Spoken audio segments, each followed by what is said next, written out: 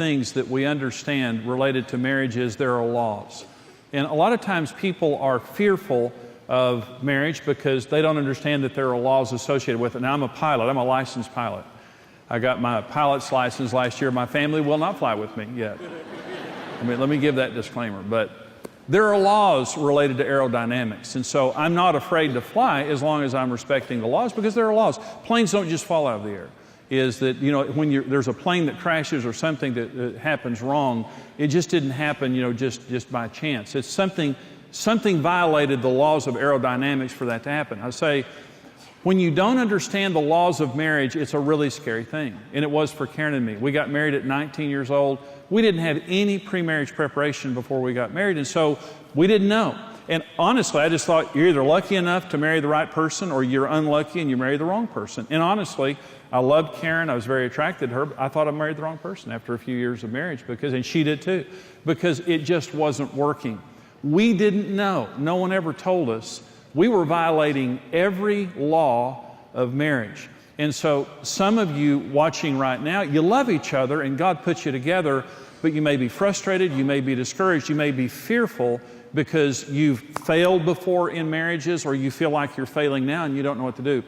I just want to give you the good news. When God creates anything, He creates it for success. And when God creates anything, He creates it upon the laws of His kingdom and the laws of His Word. So when God created marriage, He said some very important words. And this is Genesis 2:24 and 25. You probably heard this before. It says, "Therefore a man shall leave his father and mother, and shall cleave to his wife, and they shall be one flesh. And they were both naked, the man and his wife, and they were not ashamed." Now, I'd heard that scripture read, and I'd heard it at marriages and at weddings and things like that. But I never knew that those were the 4 foundational laws of marriage.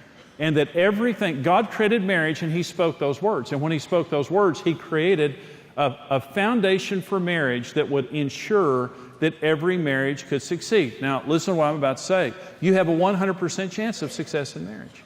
You were made for marriage. God made you in your mother's womb, and you were made for marriage. And some people just think, I don't know that I can succeed in marriage. You know, I'm fearful of marriage. I have a 50-50 chance. You don't have a 50-50 chance. You have a 100% chance if you do it God's way. Let me tell you the other good news. It's not complicated.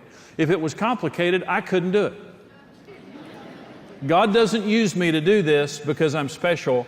God uses me to do this because if I can do it, anybody can do it. It's simple.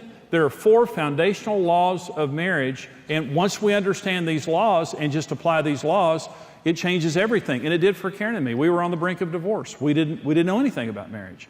But once we began to practice the 4 foundational laws of marriage, first of all, it tells you what to do. Secondly, when you start having problems, it tells you we're having problems because we're violating one of these laws of marriage. So the first law of marriage is the law of priority. And we'll go through these 4 laws. The Bible says, "For this cause, a man shall leave his father and his mother." The word leave there doesn't mean you mistreat your father or mother. It just means you reprioritize. Before you get married, they're your closest blood kin. Before you marry, if it came down to it, they're the most important priority in your life. But what it says is, for this cause, not for every cause, but for this cause, you've got to reprioritize your relationship. And don't be mean to your mom and dad. Don't do anything unbecoming. But you've got to reprioritize, and now your spouse becomes first. Listen, marriage only works in first place. It won't work in any other place.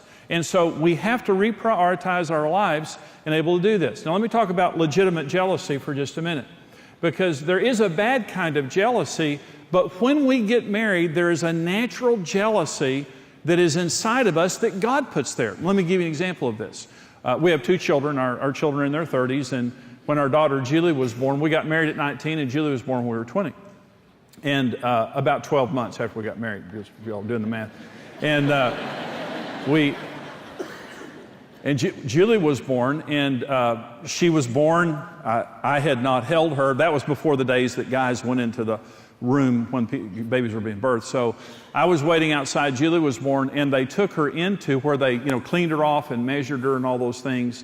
And so I had never held Julie. I had just, obviously Karen was pregnant, and then when she was laying in this little room with these nurses, I was looking in the window at her, and one of the nurses walked up and grabbed her by the heels, how they do to measure them. And she just grabbed her by her heels and just hung her by her heels to measure her. I almost went through the plate glass window. I mean, literally, my body just said, jump through there and rescue her. That woman was, handled like a sack of taters, and so it frightened me. Well, what I realized was the instant that my daughter was born, I became a protective father. I never read a book about it. Nothing ever told me I was supposed to do that. It was instinctive. When you stand at the altar and get married, or you get married, God places something inside of you that says, you belong to me first. Before your parents, before your friends, before the kids, before your work, before athletics, you belong to me first. It happens with both of us. And so remember, in Exodus 34:14, God says, my name is jealous. God. One of the names of God in the Bible is capital J, jealous. And jealous means intolerant of rivalry. God is not sick jealous. He is passionate jealous. God loves us, and He fights for the relationship. And God resents anything in our life that has taken His place, because God deserves first place, right? Okay, so God wants first place. He believes that He deserves first place, and He does. So when God sees us giving His place to somebody else, God becomes jealous. Again, not out of an emotional unhealth, but out of passion. I'm thankful that I serve a God who loves me and fights for the relationship. I am. Okay. But in marriage, you naturally will become jealous when something has taken your place in your spouse's life. They did a study of couples, and they found, and this is not a good study, but it was a real study. And they found that couples that first get married, we hear about the honeymoon being over, they're the happiest. And this is a secular survey. Shouldn't be that way, but they are. And the reason is nothing has happened in the beginning of the marriage to upset the priorities of the marriage. But when children come into the marriage, the satisfaction of the marriage typically drops. Again, there's nothing wrong with kids. Kids are a blessing. But when children come into the marriage, what typically happens is a man turns his attention more to his career. A woman turns her attention more to the children. And the priority of the marriage is lost. When children enter into secondary education, junior high and high school, marriage satisfaction is typically at its lowest. And that is because the kids are active, they need a chauffeur, they're socially active, and they need a lot of attention, and they need a lot of money. And once again, they do. And so there's pressure on the father, there's pressure on the mother, and again, they're not spending time together. Once the kids leave home, when they're 18, 19, 38, once they leave home, the marriage satisfaction goes up, typically at that point, but unfortunately, never as much as it was before. And let me tell you the sad part about that is God made marriage to get better every year. God never makes anything to fail. How sick is it that the rookie's supposed to be the best? Is there any other area of life where the rookie is supposed to be the example? And what a terrible thing to say is, oh, how long have you been married? Well, we've been married 10 years. Oh, the honeymoon's over. Well, now you got a lifetime of drudgery ahead of you. Good luck. We've been married, this is our 39th year of marriage, and we have never been as happy as we are right now. Marriage gets better when you do it God's way. And it only works in first place. It won't work in third or fourth place. Believe me, I tried. And so here's how to establish and maintain the right priorities in your marriage. There's two steps. One is they have to be proven in real terms, not just words. You can't just say, you're first in my life. You have to prove that your spouse is first in your life. And here are 4 ways that you prove your priorities in marriage.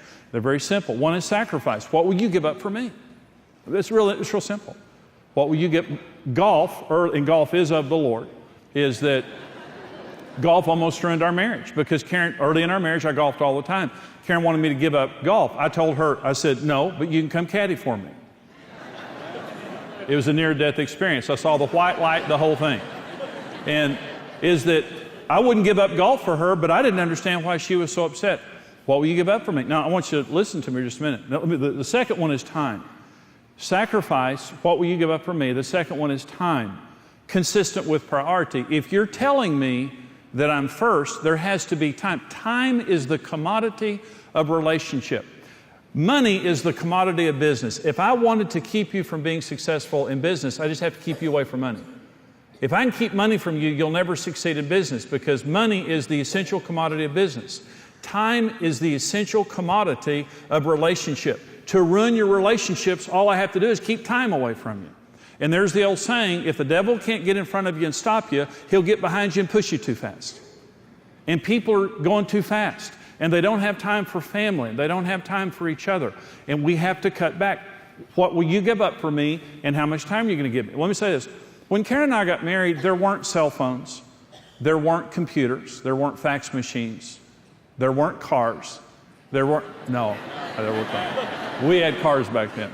But listen, there weren't computers and cell phones and all that. So when you were with a person, you were with that person.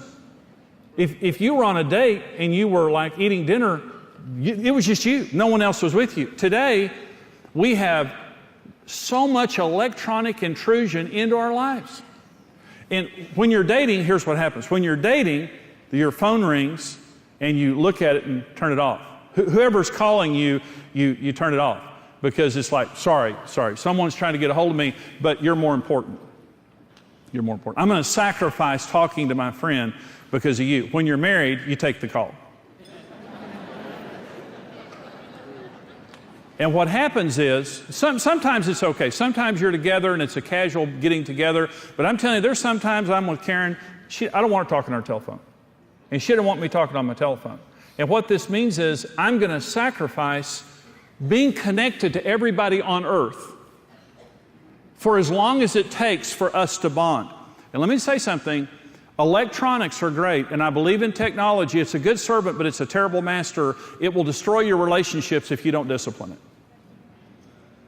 It will destroy your relationships. And let me say another thing. They have proven electronic relationships are not as quality as face-to-face relationships. And so when I'm with my wife, she belongs to me first. I belong to her first. And I'm going to say no to people who are trying to intrude on this, so we can have a conversation without it constantly being interrupted or something like that. Now, you know, there may be an exception of the kids are home and the house is on fire, something like that. You go ahead and take the call, you know. But number two, so you have to prove your priorities. By the way, the four ways you prove your priorities: sacrifice, time, energy, and attitude. There has to be energy. It can't just be you're home eating chicken, watching sports. You know, there has to be some energy behind it, and an attitude. The attitude is, I want to be with you. You know, you're not a ball and chain. I really want to be with you, and it's good. The second way that you prove priorities is you have to constantly protect them from good things out of priority. Good things out of priority. Most of the things that destroy marriages aren't bad things. They're good things out of priority. Let me give you an example. When I went into the ministry, Karen and I had a real problem early in our marriage with golf, work and golf. And I hung up my golf clubs for several years, and it healed our marriage. Because what it communicated to Karen is, she was first in my life. And I gave her then the time that golf was taking from her. And now she doesn't mind if I play golf, because she knows that she comes first. But when I came into the ministry, I was in business before I came into the ministry. The Lord healed our marriage. People started coming to us for marriage counseling. The pastor of our church walked up to me and said, would you come on staff to do marriage counseling? I was shocked, because I didn't feel qualified. I'd never had any formal training in that. But I came on staff to do marriage counseling, and then 10 months later, he left to take a church in Florida, and I became the senior pastor of our church at 29 years old. I was terrified.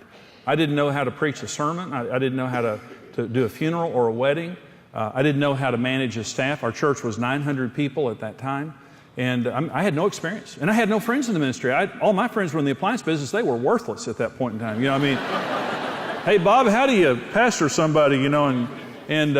But it just, so I was in ministry, didn't have any friends in ministry, 29 years old, and I was obsessed. Well, I had fear of failure, fear of rejection. All those things were motivating me, and I worked too much. And when I came home, Karen's the best wife in the world, and she was totally supportive of me being in ministry and pastoring and all that. But I would come home after 12 or 14-hour days, and when I came home, again, Karen's a great wife, but she would say, Brent needs this, Julie needs this, I need this. And that's not what I wanted to hear. What I wanted to hear when I came home is, thank you for saving the world from evil. And You're the greatest man on earth, and come in. You don't have to lift a finger. We're going to do everything for you. But she didn't do that. Julie needs this, Brent needs this, and I need this. And it's like, I'm tired. I'm tired. And she said, I know you're tired. But Julie needs this, Brent needs this, and I need this. And so we got in a fight over it. And I just thought, she's persecuting the Lord's anointed. And I did. That's what I thought. I just thought that. So I told her that, by the way. Well, we got in a fight. We got in a big fight over it. And finally, I decided I'm sleeping on the couch. I'm not going to let the sister have the blessing of me being in bed with her. And I think she slept better, actually. Honestly. I slept on the couch for several nights. I knew she was wrong. I knew she was wrong. No doubt in my mind she was wrong. And I was laying there one night, sanctimoniously, and I was laying there, third night on the couch, and I was praying for her. And I thought, Lord, help her. You know, here's what the Lord spoke to me. I'll never forget it. Spoke to my heart. Jimmy, you have communicated to Karen in real terms that the church is more important than she is. Now you repent, and you go tell her you're wrong. And I thought, you mean I've spent 3 nights on the couch to hear that? And I went and I told Karen, I said, Karen, I'm full of fear. I'm driven. I'm giving everything to the church. And I said, I'm so sorry. And I said, I'm going to leave the ministry. I'll go back in the appliance business. We'll get our lives right. And Karen said, Jimmy, you're supposed to be in the ministry. Don't leave the ministry. But we need you first.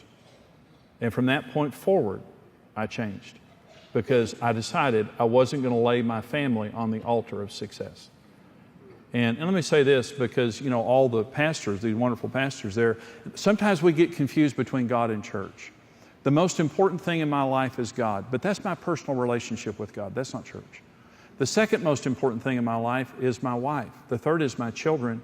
The fourth is in church, and extended family, and work. It comes all the way down here. And like I said before, a lot of times the things that are threatening our relationship aren't bad things. They're good things out of priority. Children. Nothing is as important, God and our marriage, children. But some people say, well, my children, you know, I live for my children. That's good, but listen, your children are a temporary assignment. They come and go. Listen, I remember when they put our kids in our hands, and I remember when we gave them away at their weddings. And they don't want you following them around the rest of their life. They want to be in a relationship.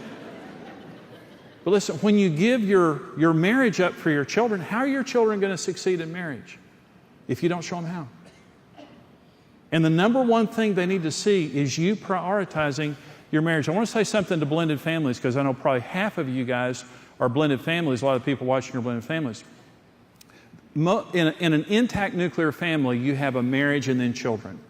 It doesn't mean there aren't challenges there, because there are, but you have a marriage and then you have children. In a blended family, you have children then a marriage. Families don't build around children, they build around a marriage. Marriage is the nucleus of that. And I want to say, if you're in a blended family, the number one issue in succeeding as a blended family is making your marriage first. And sometimes children are hurt. There might have been a previous marriage. There might be loyalty to a biological parent. And there may be animosity, even hostility toward the non-biological parent or whatever, which creates confused emotions and all of that. I want to say this one more time. If your children have been through a bad circumstance and they've seen a failed marriage, the best thing you can do for your children is show them how to succeed in marriage. And say to them, honey, I love you. There's nothing more important in my life than God and my husband, and I love you too.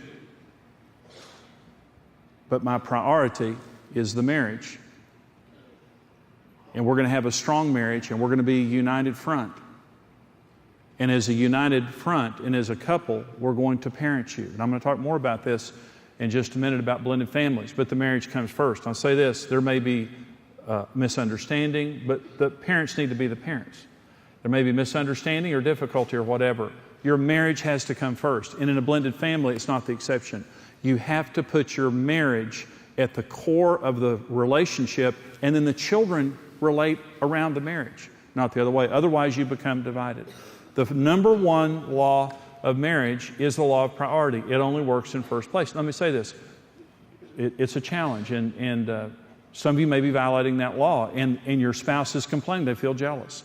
and they're complaining about your work, they're complaining about the kids, they're complaining about this or that. Not bad things, just good things out of priority. What your spouse needs to hear from you in real terms is, I'll make any changes in my life I need to make. But except for Jesus Christ, you are the priority in my life. It's not a principle that's for a few. It's a law. It's the only way that marriage works. Number 2, law of marriage is the law of pursuit. A man shall cleave to his wife. Marriage is work. You have to work at it. It's some people, a lot of people have misconceptions about marriage. When it says a man shall cleave unto his wife, the word cleave there means to pursue with all energy. It means to cling on to. It's an energetic word. And so from the very beginning, God told us marriage is work. You have to work at it. When you fall in love, you work at the relationship. When I was 16 years old, I asked Karen out. We were 16 years old. We went to elementary and junior high school together, but we didn't know each other. In high school, we started dating when I invited her to a Three Dog Night concert.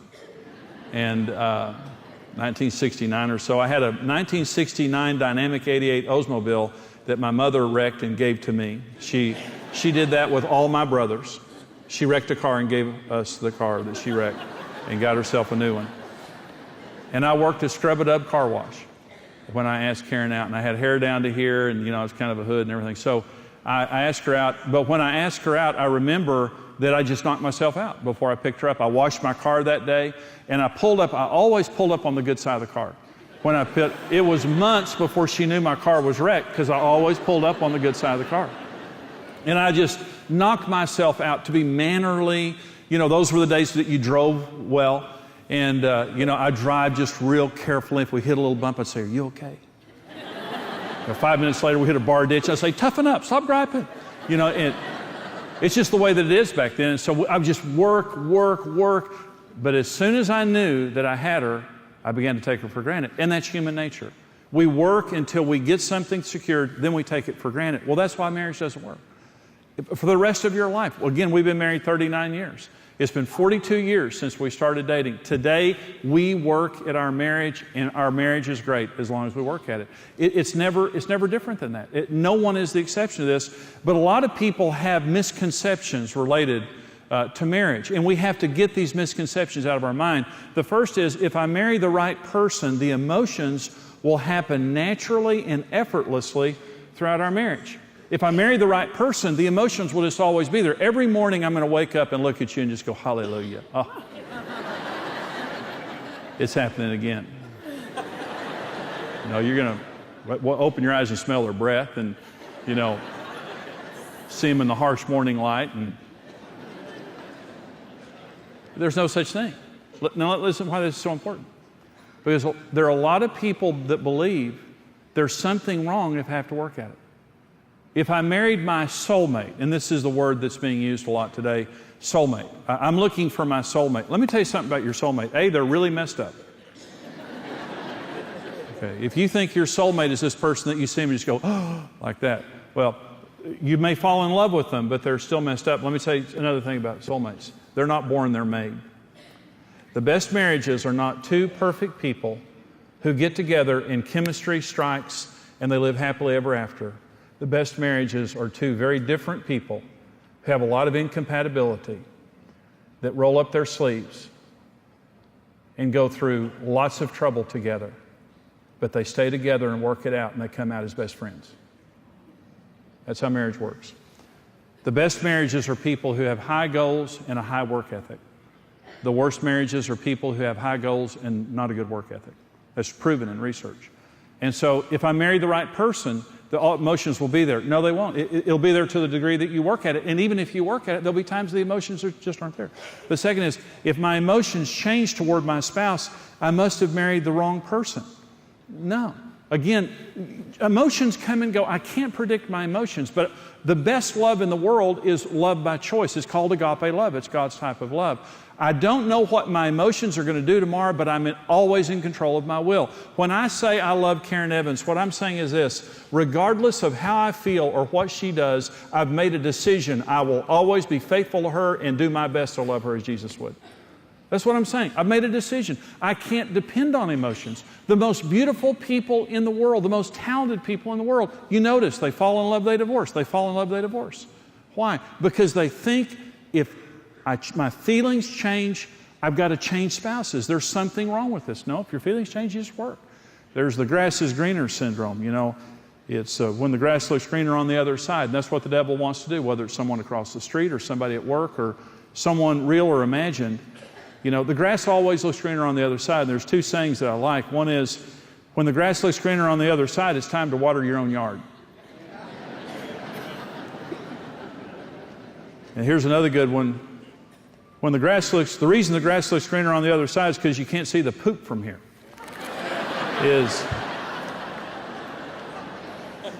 Everybody looks good from a distance, but live with them for a while.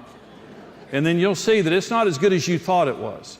Everybody looks good from a distance, but when you have to live with that individual, then you see all their issues up front. Let me say, that's when you know my best friends are not the people who love me in the good times. My best friends are the people who know all the dirt and still love me anyway.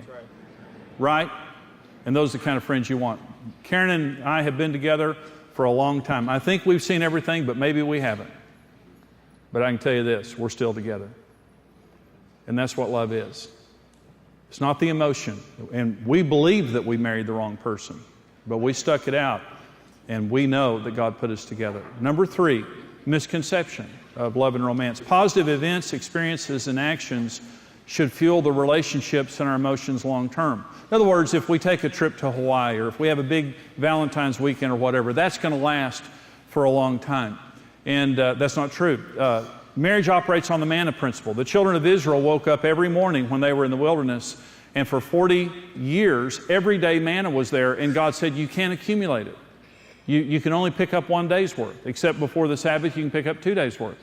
He said, but you have to pick it up every day. First thing they did is the Israelites went out and took all they could and put it in their tents. And what happened, it says, it bred worms and stank. They were trying to accumulate it, and God says, no, I want you to learn to relate to me every day and trust me every day. A relationship with Jesus is an everyday thing, not an every month thing or an every year thing. Love is a perishable commodity. Yesterday's love is worthless. It has to be renewed every single day. It doesn't matter what your emotions were a year ago. I'm telling you, I've been a Christian for 40 years, and I'm going to tell you right now, if I go 3 or 4 days without praying and reading the Bible, it changes. God doesn't change, but it changes me. I've got to have a daily relationship with God. The love and the passion that I have for God, it has to be something that's expressed daily, not monthly, not annually. Same is true with Karen. Marriage is a daily thing that we need to love each other every day. Now, men are the worst. Women kind of get that. But men are the worst related to this because men think in terms of points. How many points do I have in the bank? And I'm in trouble, so how can I accumulate some big points in a hurry to get out of trouble? And men and points. So here are how men kind of think about points. Here are the big points for men. Date, that's good points. Flowers, always a winner. Card, jewelry's big, big, big, big. Housework, trip, giving up a sporting event, taking care of the kids, going shopping with her. The ultimate now is going to a girl movie where there's no killing. And that's the ultimate, like that. You're in love when you're willing to do that. I went to see The Horse Whisperer with Karen, and I just thought I was going to die. I really did. But some men say that point system, yeah, great, okay, here's the way it works. So you take her on a trip, you do something big for her, and you're thinking, man, that was big, that cost a lot of money, that's going to last for a long time. All points evaporate at midnight, every night.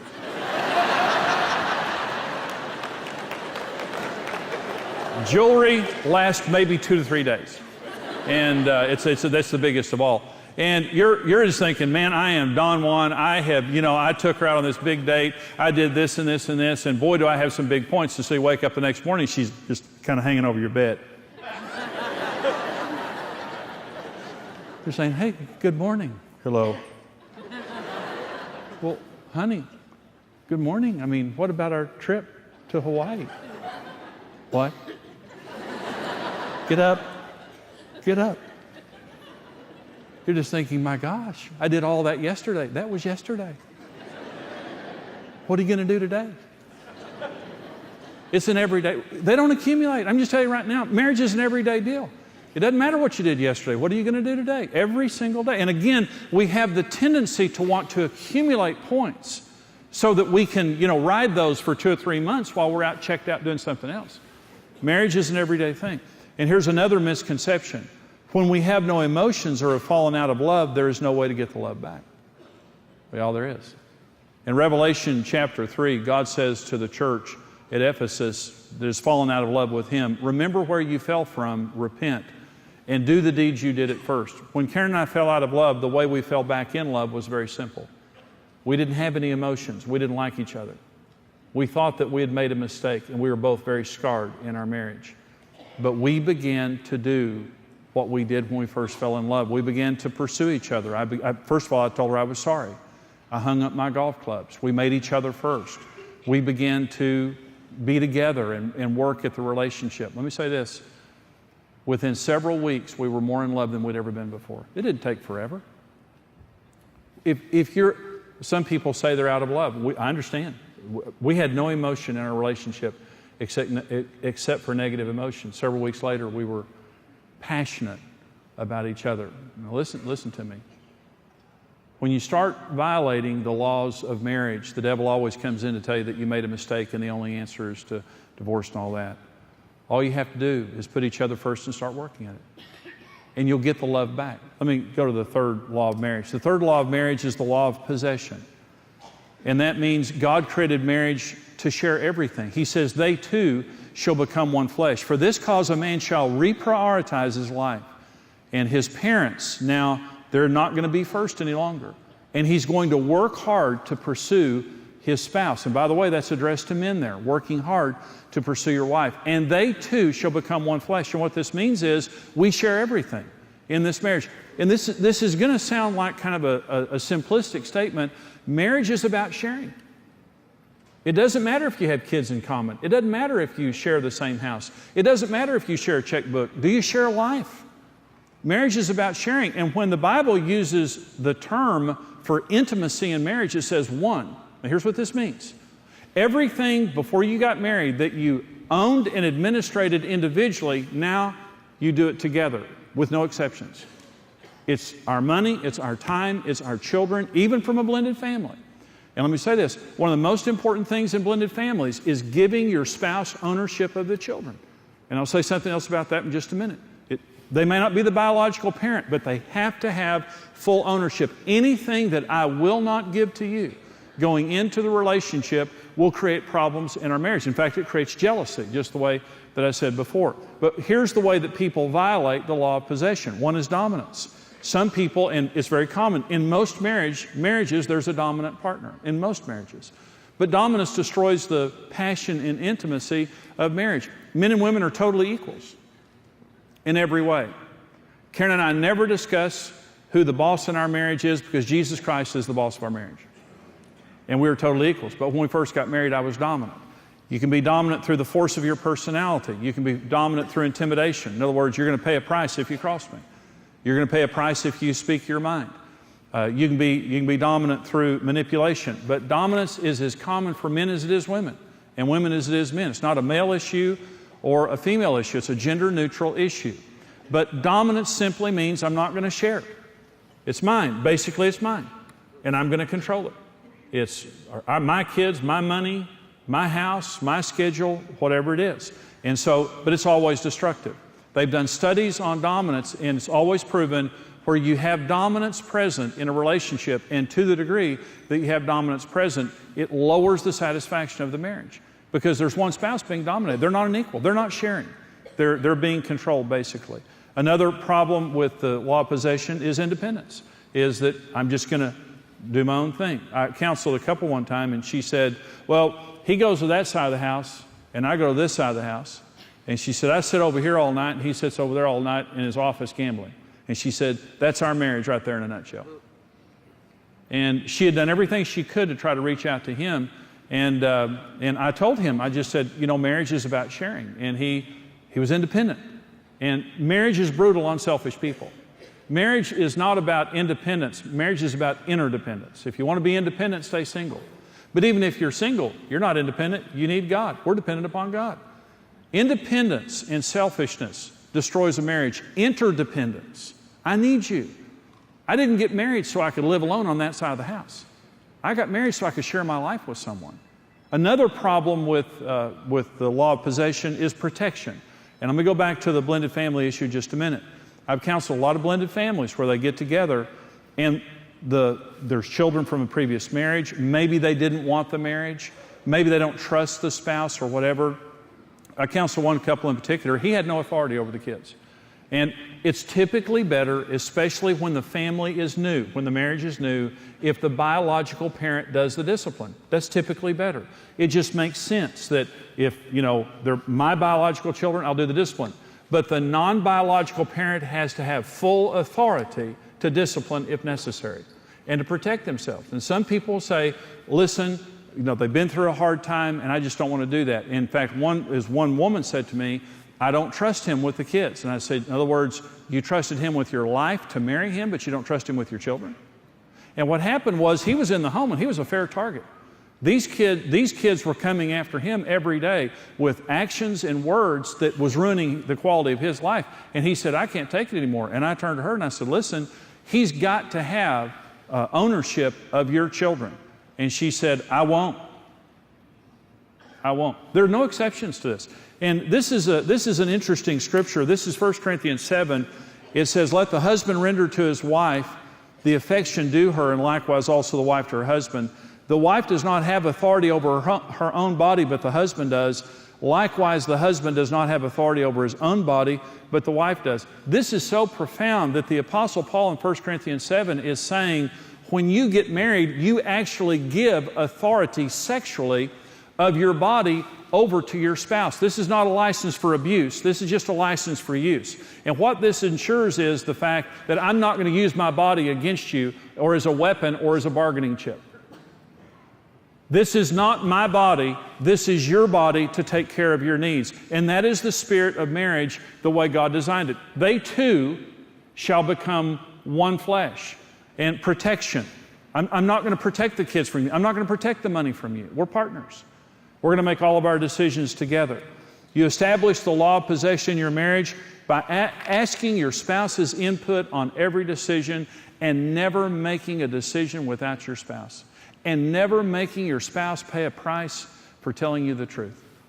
The spirit of a good marriage is we're partners here. We may be different. We may have different money languages. We may have different needs. We may have different perspectives, but that just makes us better. That just makes us stronger. I'm not going to make a decision without your input. And our relationship is more important than the issues. We share everything. The word "my" destroys marriages. It's our children. It's our schedule. It's our home. It's our money. Prenuptial agreements are a death sentence to a relationship. A prenuptial agreement basically just says, I'm not going to give you this. I don't trust you with this. And if we divorce, I don't want to lose the aquarium in my Volkswagen. And the aquarium and the Volkswagen then become this despised object in the home that your spouse knows. They love that more than they love me. He said, what if we get a divorce? It's going to hurt really bad and you're going to lose a lot. So you better work at your marriage. Listen, is it any surprise that things end badly when you've planned the end from the beginning? When you get married, we say these words, till death do us part. We're going to work hard at our relationship and we're going to learn about marriage because this is till death do us part. We're going to be happy or we're going to be two old, miserable people. But we're not getting out of this thing. We're going to stay committed to it. There's one other law of marriage, it's the law of purity. It says the man and his wife were both naked and unashamed. And this is before the fall. This is before sin entered the Garden of Eden. Isn't it wonderful that God, by the way, the word Eden means pleasure and delight. God created marriage in a place that means pleasure and delight. And He created Adam and Eve naked. Isn't that phenomenal? Isn't that just great? They were naked. I mean, you think about how God created marriage, it was great. And so they were naked until the fall. And you remember after the fall, the first thing that happened is they put on fig leaves. And they began to hide from each other. Now listen, they put the fig leaves on their genitals, which are the areas where you're different and you're most sensitive. Those are the most sensitive areas of your body. Well, what's the point? When you're living your marriage in purity, you can expose your differences and you can talk about all the sensitive areas of your marriage without a problem. But when you have sin in your marriage and you're sinning against each other, you cannot trust each other and you have to hide your differences and your sensitivities. When Karen and I got married, I was verbally abusive and dominant. And I didn't know my wife. I didn't know my wife, but I had so hurt her through the things that I had said that she was covered with fig leaves. I mean, literally, she wasn't going to tell me about the sensitive areas of her life because, when I got mad, I would take advantage of it. And I was just insensitive. When I repented in living in purity, the law of purity just simply means this: I have to be careful about what I do because everything I do affects you. And when I make a mistake, I have to take responsibility for it. Those are two things I didn't do. I wasn't careful, and I'd never said I was sorry. And I didn't know my wife. We didn't have intimacy. We had sex. She was good about meeting my sexual needs, but we didn't have any intimacy in sex because we didn't know each other. We didn't talk on any deep level. I went to Karen and I asked her for her forgiveness when I hung my golf clubs up and when the Lord began to change my heart. I asked for her forgiveness, and she forgave me. And she said, "Jimmy, you really wounded me with your mouth." And I said, "I understand that, Karen." I said, "I'm sorry, and I ask you to forgive me." And so the fig leaf started coming off her. And she began, it didn't happen overnight, but after several weeks and several months, I noticed that she began to tell me things that I didn't know. And one day she was talking to me and she told me something, and I said, "Well, how long has that been going on?" She said, "Well, years." And I said, "Well, why didn't you tell me that before?" And she said, "I couldn't trust you." But today the sister's naked. And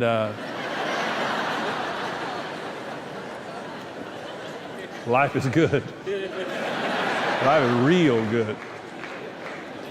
But, you can live in the same house, but if you got a mouth on you, if you hurt my feelings and you're disrespectful to me and you're sarcastic and you're critical and you won't take responsibility for it, you think my heart is a holy of holies, and it's a sensitive place in all of us. All of us are more sensitive than we would want to admit.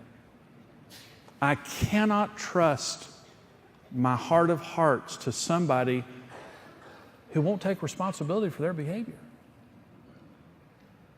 When you're careful in the way that you treat each other and when you take responsibility for your mistakes, the fig leaves come off. And when it says the man and his wife were both naked and unashamed, it meant mentally, emotionally, spiritually, and physically, they could talk about anything without shame. No shame. I'm not afraid in any way that you will reproach me because I trust you. You're my safe place. You're my safe place. So your spouse, we should be each other's safe place. Where I will be careful, and if I do something wrong, I'll take responsibility for it. But remember, blame transfer was the original sin of marriage. God came to Adam and said, "Adam, what is this that you've done?" He said, "It's her fault." "Eve, what is this that you've done?" "Devil made me do it." I honestly believe if they would have taken responsibility for their issues, that God would have had a different response.